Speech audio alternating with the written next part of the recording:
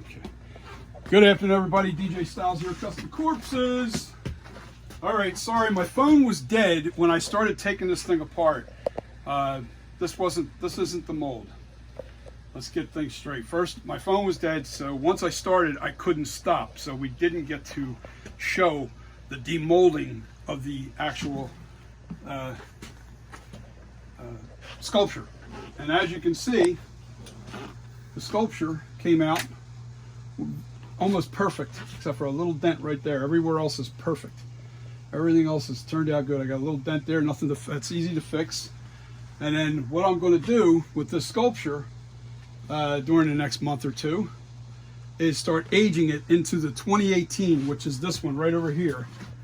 I'm going to make it look like the 2018 mask. And then it's going to be the kills, which is over here. I'll age this again into the kills, and then we're going to go right to the ends mask. But we're going to get all three of those versions of that mask out of this sculpture. All right? That's the plan going forward. Now I'll show you, this is the old mold of the Custom Corpses, what do you call it? Custom Corpses Night Creeper 78. Now I'll show you how this thing came apart. I had to split it down the center, right here.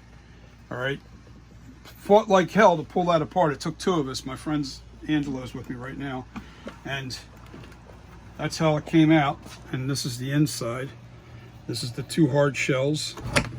All right, and that's how that goes. So you push your ear back into that little hole there, and then you fill it.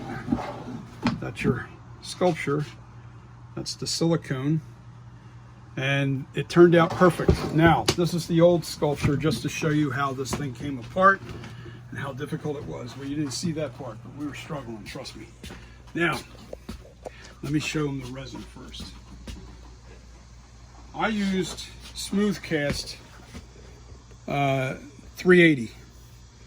It's a high density urethane tooling resin, and it's a two-part mix, 1-to-1, and I just mixed up both containers all at once, and I just threw them out, but that's okay. The containers were about that big and about that big around, so they're about that high and about that big around, and we mixed the two together, and then we poured it into the rubber silicone. Oh, that really hardened up. Yeah, it's stiff now. Now this will I'll be able to demold this in, what did it say, 60 minutes? Yeah. 60 minutes I'll be able to take this out. I think I have to double check on that, because I know it did say demold, right? Yeah, demold 60 All minutes. right, so what we're going to do now is we're going to let that really get stiff and nice and hard. This is the flashback mask right in here right now, guys. This is the flashback.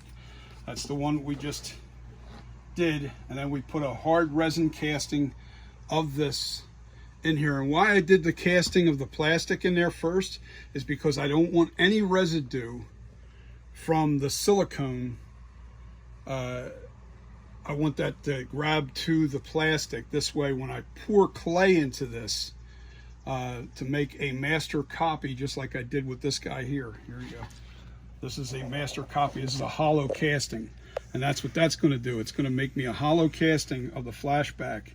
I'll probably have to do a little bit of repair work, but I want to make sure that the plastic pulls out any kind of residue that might be on the silicone itself. So it basically acts as a cleaner, but it also acts as a this is going to be our hard casting of the master copy, and this way, if I ever have to make another silicone mold, I just put the silicone right over the hard casting, because it's a perfect copy. I got a question for you though. Why did you choose 380? 380 because of the hardness. I didn't want to go. Now there was another one that was even harder, but the ratio is really weird, the way you have to mix it. And I'm inexperienced, so 1-to-1 is always going to work better for you if you're doing mixing ratios. If you have plenty of experience, then yes, go for the whatever you want to do. But this is hard enough. And then what I'm also going to do over here to this plastic, I'm going to foam fill it. And I get this from Bitty Mold. And this is TC 266. It's part A and part B. Now this is a 50 to 100 ratio. This is where it gets, this is why I'm saying it gets a little 100. So 100 grams of this, right? I add 50 grams of that. So I figured there's about 600 grams total. So there's probably going to be 400 grams of the TC part B and then 200 grams of the 266.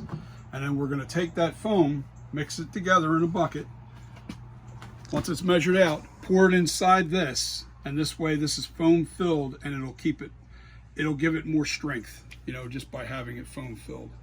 And that's where we're at. We have to wait at least another hour, maybe a little longer. I might give it a little bit more length of time. Actually, if I wait an hour, then put the foam in there, and then we'll demold it. And then you guys will see a resin. Now this stuff here is tan. So it's going to give us a flesh colored hard resin master copy instead of a white. I wish it was white, but it's not white. That really sticks to all the details in there, huh? Oh yeah. Well, when we slush casted, that was a workout, man. It was. For both of us. I mean, I'm an old man. He's getting older, but I'm an old man. And when I started slushing this thing around, I mean, this thing isn't real light. It's not real heavy, but it's not real light. And you're slushing it around for about 6 minutes. And you got to make sure you cover every spot on that thing. And you're getting a little bit of dripping coming out and everything, but especially the neck area. The neck area is tough because you got to roll that stuff up onto the neck. And as it thickens, you want to get it up even further. So you're really kind of you're dumping that resin out. I'll show you. I'll just show you. You're dumping that resin around like this, and you're trying to get it up into the neck area. When it's first put in there, it's very liquidy. All right, and it's a very, it's very liquidy, and I don't want that to happen.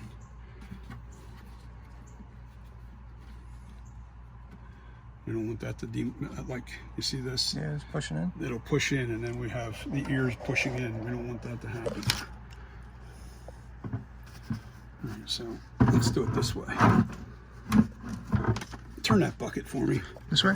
Yeah. I'll be leaning against So there. we'll lean it up against that. That'll be fine. So outside of the hardness with the 380, like what is, and then this might be a silly question because I don't know enough, what would, like, with the other option you had, is there a difference in like detail? No, the Like plastic. how much it gathers is what I'm saying. Like how much detail it captures. yeah, is there a difference? No, there's not a difference in that because it's basically it's a plastic no matter what it is. There's just a difference in hardness. Okay, So that's the key then. Okay. So from what I'm using this for, I don't need it to be like steel. I just need it to make sure that once it's foam filled, make sure it's like. And once I demold this, the biggest thing is never scratch the surface of your master copy. I'm going to foam fill this and put it up here on the heads. Now just imagine this if this was plastic. This is urethane rubber, all right? This was the old way that I was doing this sort of thing. I was taking my stone masters and then sealing them so they could never be used again. And I was making urethane master copies, and this is a master copy, and underneath you can see it's foam filled. I'm going to do the same thing to this resin casting. I'm going to foam fill it, put a little pipe in there, and then hang it up on the wall here, and never touch it until I need it for another silicone master, because I can just put the silicone right over top of that. The next stage after this, after we demold this, and this is foam filled, and we hang this sucker up, put it up there, then we're going to melt some clay and pour it into the silicone master and make another silicone head of the flashback, just like the, or not silicone, clay head of the flashback. And there'll probably be a little defects here and there, but nothing big. And then what we'll do is we'll fix it up nice so it's perfect again. And we're only talking about little melt where the clay comes together. When you slush melted clay inside of it, you'll get these little lines, all right, that where the two clays, one stiffened up and the other one came together, and you'll get these little lines all over the place, and you just have to smooth that out. The shape is all perfect. It's not that, it's just the lines are there, so you just smooth that out just by texturing. That's all it is. And so then what you do is, now that you've got a hollow casting, and I'll just lift this up to show you guys.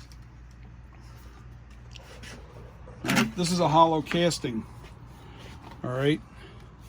Now what I'll do is that first layer of clay, that when I melt it in there, I let that stiffen up, and then I take stiffer clay and I start smashing it into, you know, the areas that really need to be firmed up, where you feel like it's thin.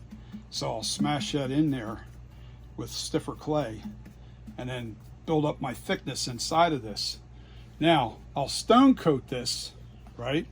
I'll put stone over this whole thing, and then when the stone hardens up, I'll flip it over. Now the stone will be on the outside of this, and I'll take a heat gun and I'll warm up this clay so it gets soft, and then I'll just start peeling it out and take all the hard soft clay out of the stone mold.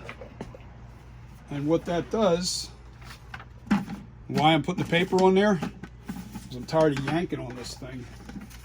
Off the table? Off the table. That makes sense. It gets stuck on there real easily. Now I'm gonna have to retexture that before I go in, because I've been handling it a lot, moving it around and stuff. So I'm gonna texture that. I'm gonna retexture it, and so it's back to where it needs to be. Then I'm gonna stone coat that. And I have enough silicone to do this too. I'm in good shape. I'm gonna have to get more plasti paste though. This plasti paste, I'm out of plasti paste. I don't have enough to do the hard shell. A plasti paste is this material? That's plasti paste. This is plastic resin 2-part mix, and what it does, hardens on your skin. It hardens on your skin. It hardens on your teeth. It hardens wherever it touches. Well, this is actually the plastic that was this. That's what's. You know what's cool about this? This looks like it says it's tan. It looks like it's drying kind of white. Yeah, it looks that way. As it's stuck all over me when we were slush casting. Yeah, see how white it looks? A little whiter than. That might be just because it's thin. Yeah. So that's all right. It could be flesh color. So that's pretty much it. We're just waiting for that to harden up, and I'm cleaning up. I'm going to try and clean up in here a little bit, and we are going to be on to let me see, what are we doing next? The foam? Yeah, we got the foam to do next. That's got to be foam filled. That's going to be easy. That's fun. It's fun to do though. It'll be fun to do. I think me and Angela are going to work together with that, so he learns how to do this himself too. So when we do that, we'll be able to really we'll show how we do this. We'll video this, the foam. So yeah, that's 400. So it's half of whatever I put in here. So whatever this is, whatever that amount is, it's half this amount of this. So if it's 400 grams of this, it's going to be 200 grams of that. And if it's 100 grams, it's 50 grams. If it's 150 grams, you do the math. I'm tired. 75? 75, there you go, yeah. Anyway, so on and so forth. So it's pretty simple. The ratio is there. I got a question. What's up? With this plastic stuff, is there like a shelf life like there is? No, this will stay for good. This will stay hard forever. This is those hard shells, they last forever. longer than I'm going to be alive. So, I guess what else we got going on? I'm just trying to think of. Yeah, we're pretty much. All right. We were there.